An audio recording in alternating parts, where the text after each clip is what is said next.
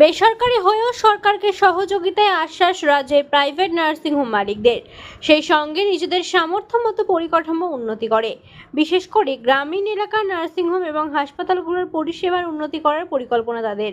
গতকাল শনিবার দুপুরে কলকাতা প্রেস ক্লাবের রাজ্যের প্রাইভেট নার্সিংহোম অ্যান্ড হসপিটালস অ্যাসোসিয়েশনের উদ্যোগে স্বাস্থ্য পরিষেবায় আমরা শীর্ষক এক গুরুত্বপূর্ণ আলোচনা ও সাংবাদিক সম্মেলনের আয়োজন করা হয়। এই সম্মেলন মঞ্চ থেকে রাজ্য সরকারের সহযোগিতায় ও সহমতের ভিত্তিতে রাজ্যের স্বাস্থ্য পরিকাঠামোর এক পরিষেবার উন্নত করতে একগুচ্ছ পরিকল্পনা গ্রহণ করে তারা।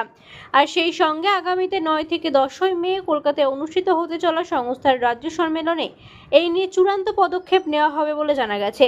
এই উপলক্ষে আগামীকাল 7 এপ্রিল থেকে প্রতিটি জেলায় private nursing Holmes and hospital honours অ্যাসোসিয়েশনের জেলা কমিটির বৈঠক একযোগে করা হয়। এর ফলে নিজেদের মধ্যে আরও সমন্বয় স্থাপন করা যেমন সম্ভবভাবে সেভাবে পরিকাঠামোগত উন্নতিতে প্রয়োজনীয় সিদ্ধান্ত নেওয়া সহজ হবে বলেই জানিয়েছে সদস্যরা।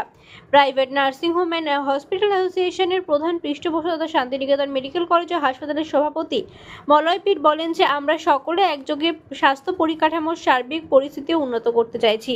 আমাদের প্রচুর ডাক্তার, নার্স, প্যারামেডিক্যাল স্টাফ আছে, পরিকাঠামো আছে, আর একটু সেটা উন্নত করতে হবে, তাহলে অনেকটা এগোনো যাবে।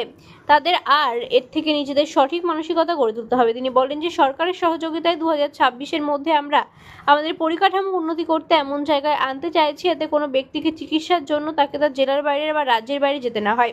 এ প্রসঙ্গে তিনি বলেন, সাধারণ মানুষের মনে নার্সিংহোম মানেই যে চোর, সে অপবাদ আমরা ঘুচিয়ে দিতে চাই।